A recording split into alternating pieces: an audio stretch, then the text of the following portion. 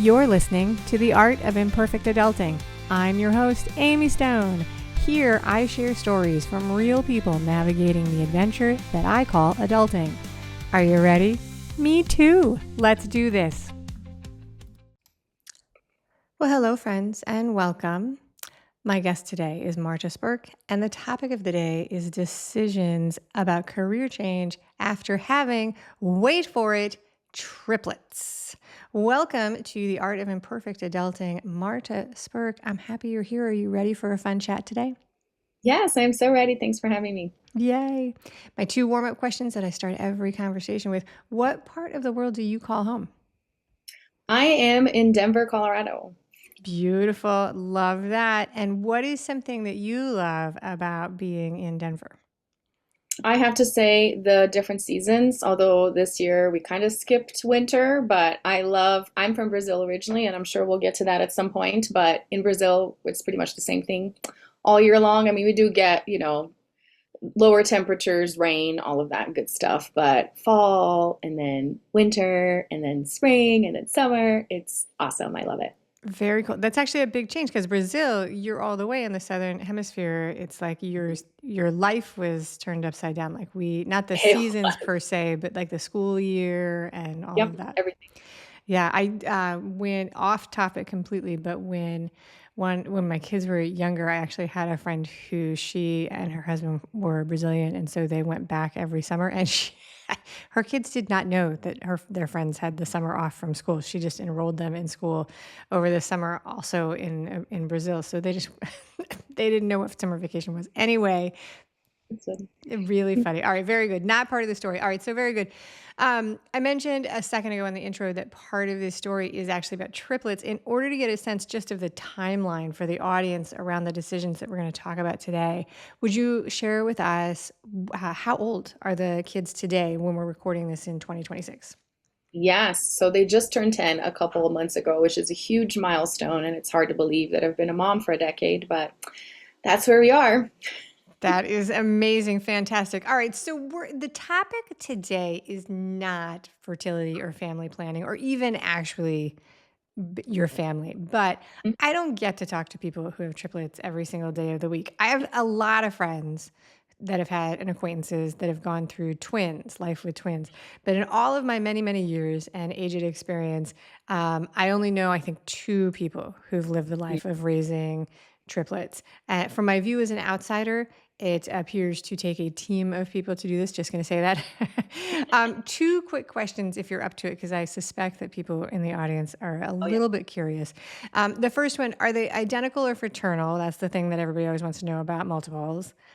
Yes. So they are fraternal. So I have two boys and one girl, and the boys are not identical. So they are as different as they get and on so many levels. So they're just siblings who happen to all be born on the same day. Yeah. So Absolutely, that's it. all right. So then the next question that everybody wants to know, and this is a little bit personal, but you probably get asked this all the time.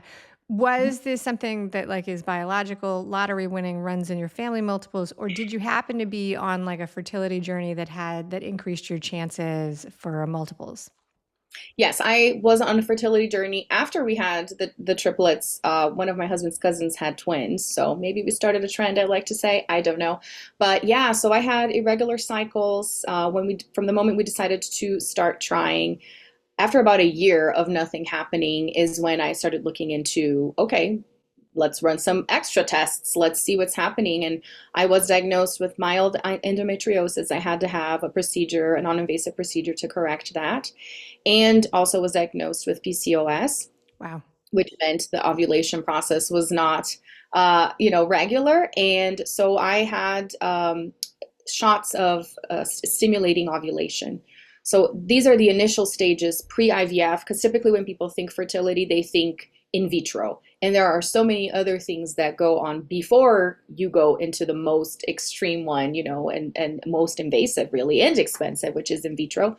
So mine was that initial one of stimulating ovulation. And within 2 weeks of the first cycle, I got pregnant, and it was triplets right off the bat. Very cool. So stimulating ovulation, not a doctor, not my expertise. Did that come with the warning? It's like we may release a bunch of eggs here. You have a chance that Yes. you could. Okay. So The warning was you could potentially get pregnant with twins. That was the Okay. warning I got. And it was interesting because I had a friend that had gone to that same doctor. She was in her 40s. So, as you know, as you get older, Yep. things happen. And that's why she sought help. And she was very successful because pretty quickly she got pregnant with one child. So, when he told me that, I was like, it's all good. I want to get pregnant. I don't care. And then triplets came. What was it like? So yeah, so you were open to the idea of multiples, but triplets is a lot. What was it? Were there a few days, a couple moments where you're like, "Wow, what are we going to do here?" Yeah, I was terrified on so many levels because it was my first pregnancy too. And I had been reading books and studying and had a couple of friends that were a little older and had gone through the journey. And in Brazil, things are a little bit different in terms of healthcare, and it's things are changing over the last few years. But for the most part, C-sections are the norm. Hmm. You already go into this thinking I am not going to have my a natural delivery, and I'm okay with that because I'd rather schedule it. And I had friends that were like, "We're against this. Let's have natural delivery. Let's have home birth. Let's have water birth." So I was totally in that vibe of I'm going to be a natural. And then right off the bat, when I knew it was triplets, I knew a lot of that was off the table immediately. So it was the shock, the scare, obviously the risk because it's a high risk pregnancy. My size, I am 5'2", Oh my so I am goodness, really you were all small. baby. Yeah. And but also kind of like the dreams, which with having children, those, bubbles get popped real fast of, I'm going to breastfeed for years and I'm going to do all these things, right? So it was a lot of grieving, I would say, in the first trimester. It was the toughest, I'm going to say. And then physically, obviously, moving later in the pregnancy. And then once they were out, obviously, too. But I think that first trimester was the hardest of all, was coming to terms with this is my future now. That's a really, I mean, you're 10 years out of it, but that's a really enlightened way to describe it. I think that, so I mispronounced this word and somebody corrected me on it recently, but I'm still going to mispronounce it because I can't remember the right way to say it. The matrescence, which is or matrescence, that's the word we use to describe like the change between a person who's never grown a human being in their body and the person who is a mom. Okay, so that's the word to describe that process. Matrescence, somebody can correct me. Anyway, a big part of that for modern women is really that reckoning with what your expectations are and what's actually happening. And the most extreme versions of that are what you went through. Like you were ready, you were thinking one baby, maybe two, and then the changes with a very medically supervised pregnancy and delivery that comes with triplets. And the other ones, when you find out that there's complications of any kind with the baby, and then and it can happen at any time, but it is a thing that keeps going on. We do an excellent job of hyping up young women for baby showers and nursery decoration, and a little bit less in getting us ready for the actual nuts and bolts, which is just an observation on the way we do things. So not a criticism, but I appreciate that you shared your experience with that, because I think that most people in their journey of pregnancy, parenthood, any of those things, they do have to reconcile those two things. And it is very much often a thing of grief, like it's like, I thought this was going to happen and that's not what's happening. All right. So there we go. Before you had the Kidlingers, you say you worked in languages and transition, and I'd love to learn a little bit more about that. Like, what were you doing? How did you get into that? I'm going to guess it has something to do with the fact that you hail from Brazil. How did you get into that field? Did you love it? Tell me all the things. Yes, absolutely. So I think it really was something I was born with. Obviously, in Brazil, there's a huge influence of American culture, as it is in most countries around the world, with music, with movies. It is very encouraged. I mean, we learn English as a second language in school, but every other corner, there is a language school for you to take private lessons. So that's, think extracurriculars. The go-to is you're going to take English after you're done with school. You're going to do it a couple times a week, right? And you're going to take standardized tests. You're going to do things like with Cambridge and Oxford to put that in your resume. That's how we do life. So it was already part of of just life, but I kind of took it to the next level because I was very interested. And I'm a very musical person too, so I think that had a lot to do with that. The sounds, and just expressing myself, it was very interesting to me to the point where as a teenager, when kids were doing those standardized tests to have those diplomas to add to their resume eventually, I started tutoring my friends because they were like, oh, you're the little American, you know things.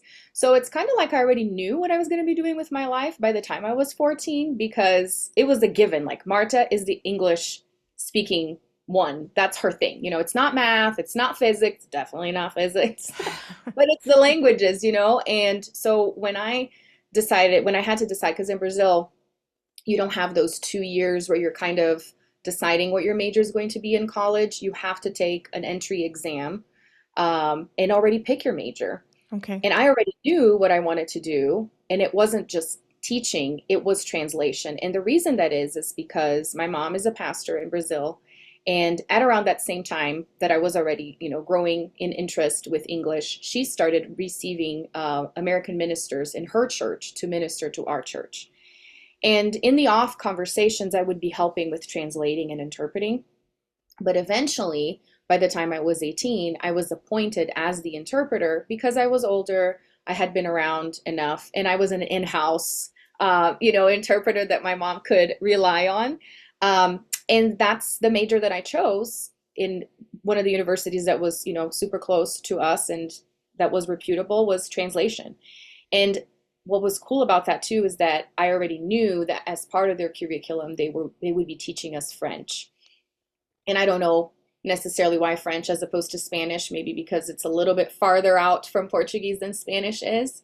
And I started studying French even before I graduated high school because I was like, I know it's not required of me, but I love languages so much that I want to take this on. So I had an awesome time doing my bachelor's as a translator because I kind of already had a job with my mom, but at the same time I was teaching in different schools, getting into the market, so to speak, of interpreters in Brazil is a little bit more challenging because there's a lot more people that speak English than there are offers. And especially being a young person in the career, you're not seen as credible. You don't have as great of a reputation as somebody that's been doing it for decades.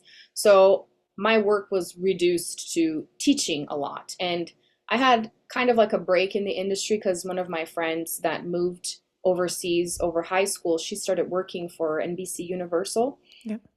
And she would be a part of the international or foreign movies team that needed subtitles and translation for Brazilian movies into English.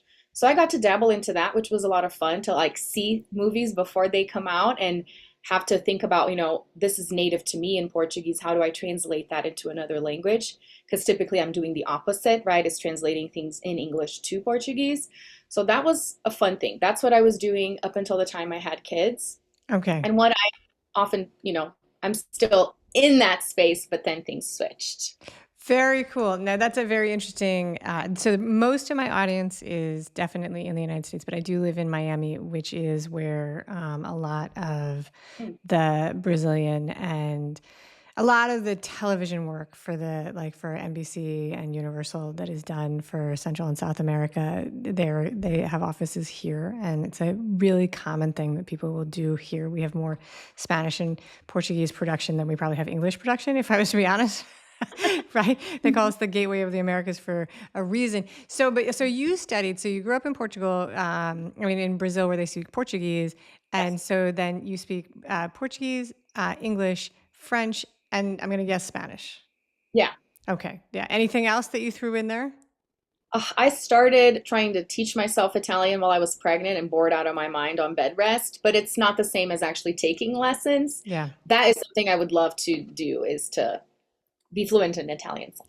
So, and then are you considered at this point, I don't know what are you considered a polyglot? Like, where does the line go for people who I speak all think those so languages? because, I mean, you could say trilingual maybe if they know three languages, but typically if you know more than two languages, people will count that as, something extra, but maybe.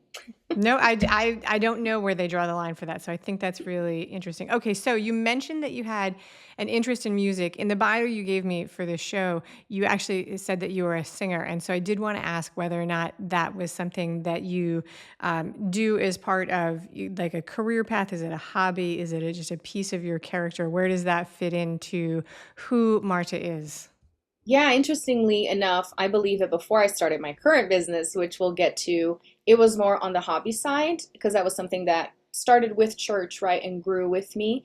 And after me starting my current business, I started understanding I get to play with the different facets of who I am. And I can absolutely have things that are just hobbies, but I'm the type of person that likes going all in. So in the recent years, I have infused more of music in the work that I do and stepped out into releasing my own music and all, owning that piece of my identity more publicly, I guess, and not just leaving it as a hobby. Oh, I love it. All right, very, very cool. All right, so massive change in your life.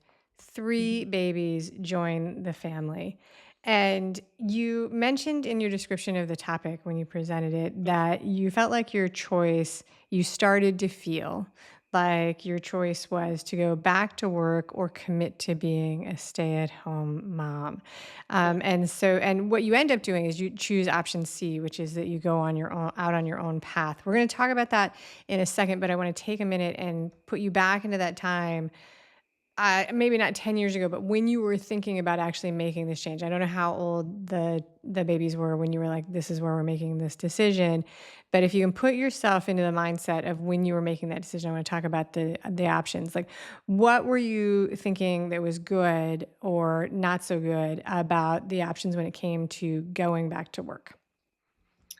So because we had the babies in Brazil and then we moved back to America, my husband's American, Okay. and the agreement, quote unquote, that we had was you're going to stay home with the kids, right? Because there's three of them and I'm going to go to work, my husband said. And at that time, which we moved when they were 9 months old, so even before they turned one, which that's a whole other story in its own. I was already kind of feeling antsy because of my personality of, just being outgoing and doing things. And I think part of that grieving that we talked about was also the career path of when you have a baby, you're out of commission, so to speak, for a few months, and then you go back into it because it's one baby. But then with the three, that was very nebulous. Like, what does that look like? 18 years? I don't know. And that's scary for me as somebody that has started working when I was 14, like already getting paid or feeling productive or whatever it was that I felt. So it was at that time that I started searching for things to do at home. So in my mind, I was thinking I could do some stuff part time. I could, bring in some money, feel productive, not only for my family, but for myself, right? Have Yeah. some outside world connection. I think that's a lot of where my mind was. So I started doing online teaching English. I reconnected with a school that I taught in Brazil that is international, so they have things all over the world and virtual. So that's kind of where I was at. So the decision of you're just going to be home with the kids switched or changed fairly quickly because of just my need, of doing something, but it wasn't immediate in terms of what I'm doing right now.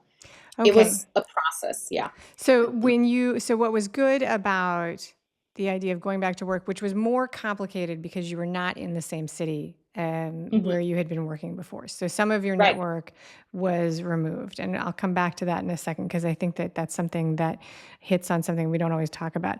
And Yeah. then when we're talking about the choice between stay at home with the kids all the time, or go back to work, like this is you are really driven here at this point. Like you get some identity, a piece of who you are seems to sound like it comes from I have something outside of Yeah. just being a caregiver to the army of children.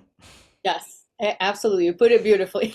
Yeah, so I think it's not an uncommon thing. Not everybody feels it. There are people Right. out there who have full and complete that this is what they want. This is what they Mhm. want is to be there at home and be with the people all of the time. But there are other women who they don't. They get a lot of satisfaction out of other things in their life, and so it's finding the balance. And in some circles, it gets pitted against each other, like a choice of either or. But I think that's unfair to people. I think that, some people like chocolate cake and some people like yellow cake, and it's not a value judgment. Yeah. So there we go. So you choose option C, which is to go into business for yourself. And so you were sort of freelancing or contracting with the company as a remote teacher. You were an employee, maybe whatever that was. How did that first start? Where you started to think, okay, the better option here is for me to build something on my own. Yeah. So 10 years ago, 2016, and things are kind of similar, but they have shifted a lot, obviously, in the online space. There was a lot of talk of, make a quick, buck here and there online by sharing other people's products, kind of like influencer, but through network marketing or direct Okay. sales. We still have that, but I remember back in the day, my entire feed, especially for stay-at-home moms, which is where I was at, was sharing some kind of product and also sharing the opportunity, what they call the opportunity, So let's quote think about unquote. that. You, yeah, 2016, was this when people were selling like leggings and wraps, like belly yes, wraps? Okay. Yep. that's it. So the belly wraps. Okay. I do remember that. I do remember that. And when we say I want to, like, one of the things about my audience is that it spans a large age group. So I want to let us make sure that everybody is on the Yes, same page. When we say, so these are network marketing or multi-level marketing companies, yes. which is just a name. It's like sometimes they get people have strong feelings about them, but for this conversation, we're just lumping them in. This is what we call them. And so these are products you would sign up as a salesperson, and you would earn a commission on those things. And in 2016, one of the things that was really, really popular were these things called belly wraps, Mhm. which were for getting your figure back. Is that what they were? Yeah, I think it was like loose skin, but also tightening, Yeah. potentially, just better look, feeling good about yourself, So did you whatever. sign on with any of these products firms? Yes, so I signed up with a company that is now called Body, but at the time was Beach Body, and it Oh was yeah. health and fitness. Yeah. I remember Beachbody. Shakes, Yes, vitamins. Yes. Workouts. Lots of workouts. Yeah. workouts. Yes. They were Mhm. many, many people in my DMs. What was the opening for those conversations? Are you interested in getting healthy? Would you like to Yeah, join? Yeah. absolutely. I have a free group, accountability. There you go. There you go. I got a lot of those. But I have nothing bad to say about Beachbody or anybody who's I know many, many people who really enjoyed working with them for years. And the Mhm. workouts, people really like them. Yeah, I actually still have a subscription, and I still work out at home, so that piece really worked out for Yeah. me. That's what I'm saying. But It's good. yeah, it got my foot in the door into understanding because that's how they frame it is you're a business owner now. Yep. And I started seeing myself that way because even being a contractor, you don't necessarily feel that way. But then when they're saying, this is your business and you get to decide how many hours you work and how what you do, etc. But I would say that after about a year and a half, as I started watching other people in the online space that were not necessarily doing this type of business, I started seeing that there was more autonomy. There was a different option. There was option D, All which right. was you can build your own consulting and coaching, and kind of decide what that looks like and who you work with and how much things are, how you're going to price these things, which that sounded, even more interesting to me. Like I don't have to get only $100 off of this sale. I can get the entirety of it because it's my product offer, whatever it is. But then I had to figure out what that was going to be like. But that's where my mind started going, especially in the personal development space. And that's where I eventually went to. Because inside the network marketing, obviously they give you support in terms of your mindset. You need to start thinking as a business owner now, especially if a stay-at-home mom. I have no idea what you're talking about. They would encourage you to watch these videos and follow, thought leaders like Tony Robbins and all of these people and read books. And here I am thinking, this is very similar to what I experienced in church, even, Yeah. right? Have preachers, they go, they share their life story, their thoughts, they write books. I know this. This is not foreign to me.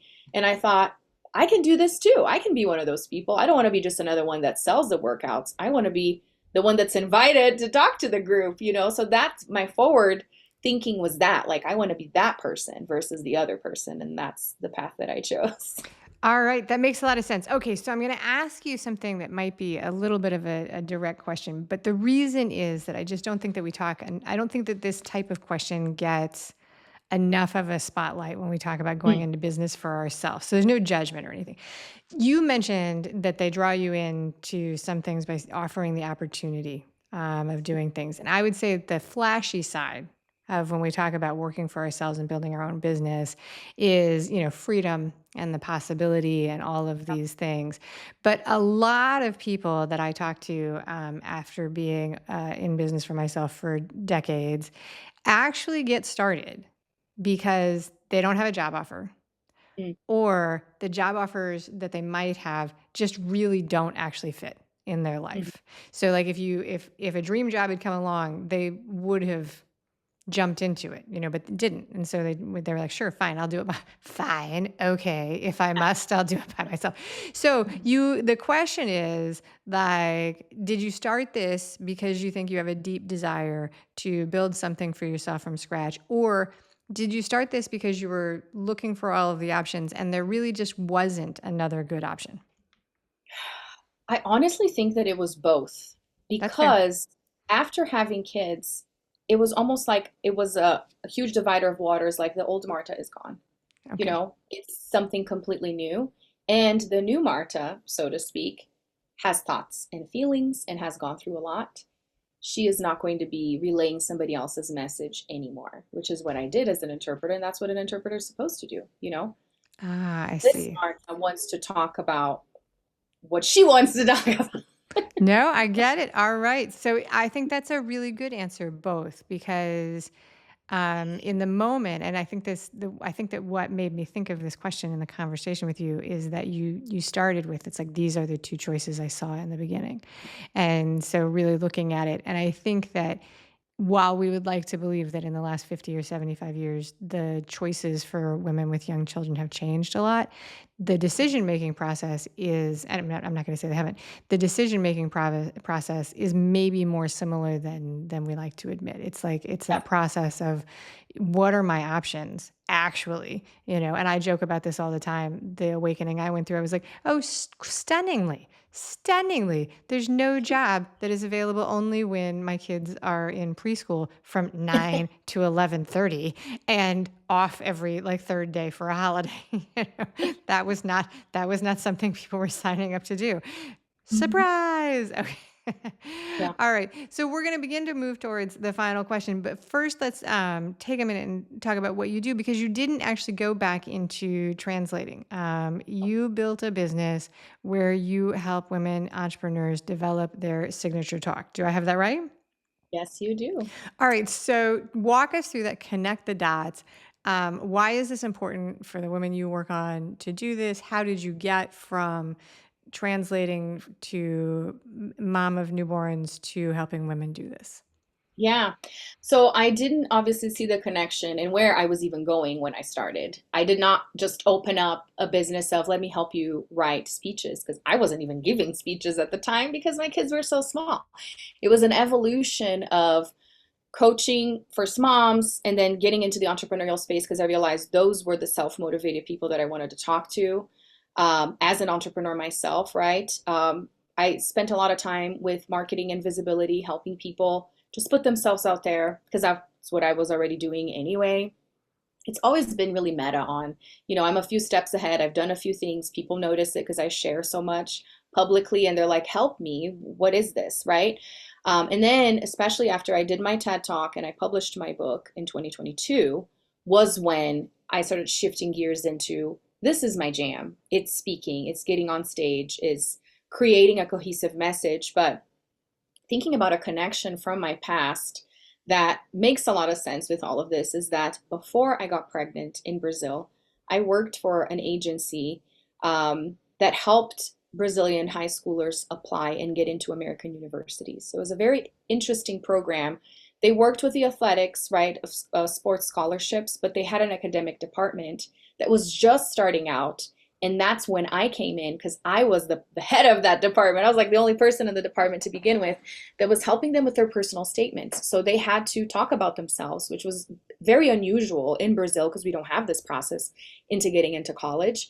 And they didn't know how, and in English, right? So share personal stories and why this motivates me, whatever. So I worked with them. Eventually, when I came to America, I didn't mention this, but I did do my master's in linguistics in Denver once I got married before I had kids. And Okay. I worked at the writing center, and that was such a cool piece of my career. I think back to that a lot because I feel like I grew so much in doing a similar type of work, but in English. So it wasn't with Brazilians, it was with Americans or foreign students and helping them make sense out of their thoughts in English. So it was kind of like a precursor of what I do right now. Because essentially, what I do is help people organize their thoughts so that it comes out organized and clear to the listener, you know? And so this is what I do now with women is sit down and have them share their story with me and help them create that thread because it's always there but we don't see it because we're too close to it, Yeah. you know. And I love listening to those stories and reflecting that back and making those connections so that they're not starting with in 1989, right? Nobody cares. What's the piece that matters for the audience, you know, and I'm the audience. I just So yes, no, it's I like so yes, it's an important work. Over since I launched this show, I've gotten thousands of people who pitch their decisions, and Marta has gone through this process, and it very clearly says in 2 to 3 sentences, tell me the one thing you want to talk about, and about 1 out of every 50 people submits the life story. mm, Once upon a time I was a little girl, then this happened, and then this happened, and this happened. And and it's all very interesting and it's an important story to tell, but that is a memoir. That is not a 45-minute conversation on a podcast. yeah. And so, but it is, so that is the reason that I smiled because I do see some of that. And I'm like, this is a story that's not quite ready. And Hmm. I think that that's what you're saying. It's like, it's like sometimes we need help, maybe always we need help Yeah, because to figure out how to get it ready because there's a difference between a story that you want to tell and the story that other people are interested to hear. absolutely. You Yeah. nailed it. Yeah. All right. So very good. All right. So this is what you do. You also have a podcast. Share the name of your podcast.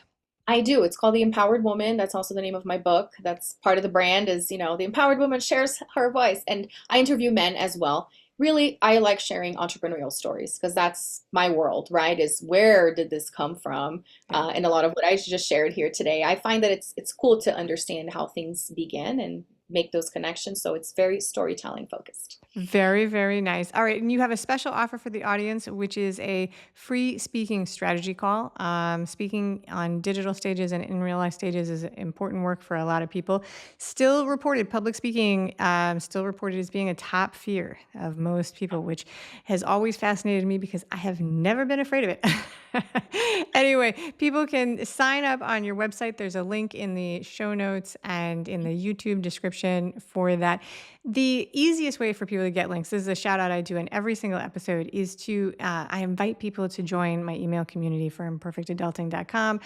I send a weekly newsletter that has highlights of the episodes that are released that week, and it includes all of the links to the special offers. So that's nice because it comes to you instead of you having to chase it down. I want to thank you very much, Marta, for that very generous offer. Are you ready to wrap this up with my final 3 questions? Yes, I'm excited. All right, so these are meant to be rapid fire. They're just for fun. They used to all be different, but I did drastically underestimate how much work it was to come up with 3 unique questions for multiple episodes a week. So now I repeat the first 2 a lot. The first one is multiple choice. Ooh, I wonder. Okay, so because you grew up in Brazil, let's see if this still works from across the cultures. Which of these like generation descriptors matches do you identify with? The silent generation, boomer generation, Gen X, millennial, or Gen Z? Millennial. All right. So you heard it here, guys. Marta is a millennial. All right. So do you read or listen to books? And if so, would you want to share as a recommendation for people in the audience looking for something that they would like, a book or a movie or a podcast that they might enjoy? I have done Audible in the past, but I have to say nothing beats in terms of I think memory and impact actually having the book in my hands. Not even digital. That's hard for me as well. It has to be the actual book. And with being in the work that I do, I read a lot, and I people recommend stuff all of the time, and I buy books and I don't finish them. So I started a practice, I want to say about 3 years ago, that I only read books for the majority of them if they're in the library. So I rent out books because that gives me the urgency to finish them, or to just decide I don't want this and I can return it. I don't feel bad about it. But a book recommendation, one that has really stuck out to me, is Napoleon Hill's Outwitting the Devil. He's Oh, really okay. known for the Think and Grow Rich, but this Yeah. other book is just as impactful, and I encourage people to read it if they haven't. I'd never even heard of that, Outwitting the Devil. Yeah, because the other one, Think and Grow Rich, is the one that you can't even say the word entrepreneur without somebody Right. suggesting that book for you.